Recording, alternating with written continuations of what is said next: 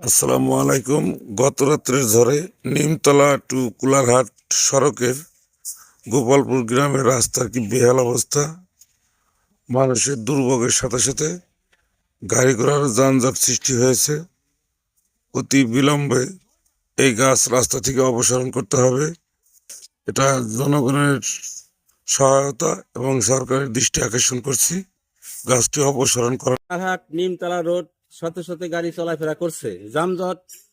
দুটি গাছ এখানে পড়ে গেছে, অতি তাড়াতাড়ি গাছ দুটিকে অপসারণ করা হোক। আজকে আরো হাটের দিন, অনেক পেজের গাড়ি, মানুষের গাড়ি, এটা পড়ে গেলে কি গাড়ি মানুষ মারা যাবে না কি মারা যাবে, পোলাপান বাচ্চা কাচ্চা মারা যাবে, এটা বলা যাচ্ছে না। অতি তাড়াতাড়ি গাছ দুটিকে অপসারণ করা হোক।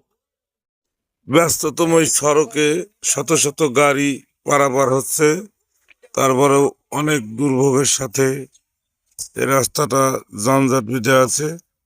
আজকে হাটের দিন, বিধায় অতি তাড়াতাড়ি এই গাছ অপসারণ করতে হবে। গাছের জন্য মানুষের যে কোনো মুহূর্তে গাছ পড়ে মানুষ একটা দুর্ঘটনা হইতে পারে। রাস্তার চলাফেরার কারণে মানুষের অসুবিধা হচ্ছে। অতি তাড়াতাড়ি এই গাছ অপসারণ করার জন্য সরকারের নিকট দৃষ্টি আকর্ষণ করছি। আপনারা আশেপাশের লোকজনের সহায়তা যে কোনো মুহূর্তে গাছটি অপসারণ করতে হবে। সমস্যা হচ্ছে এই গাছ পড়ে গাছ আমরা কাটিয়ে ফেলেছি। সরকারের কাছে দৃষ্টি আকর্ষণ, অতি তাড়াতাড়ি এই গাছ অপসারণ করতে হবে এবং এলাকা মানুষের সহযোগিতা নিয়ে এই গাছগুলো অপসারণ করে মানুষের চলাচলের সুবিধা করে দিতে হবে। ভিডিওটা দেখার জন্য সবাইকে ধন্যবাদ।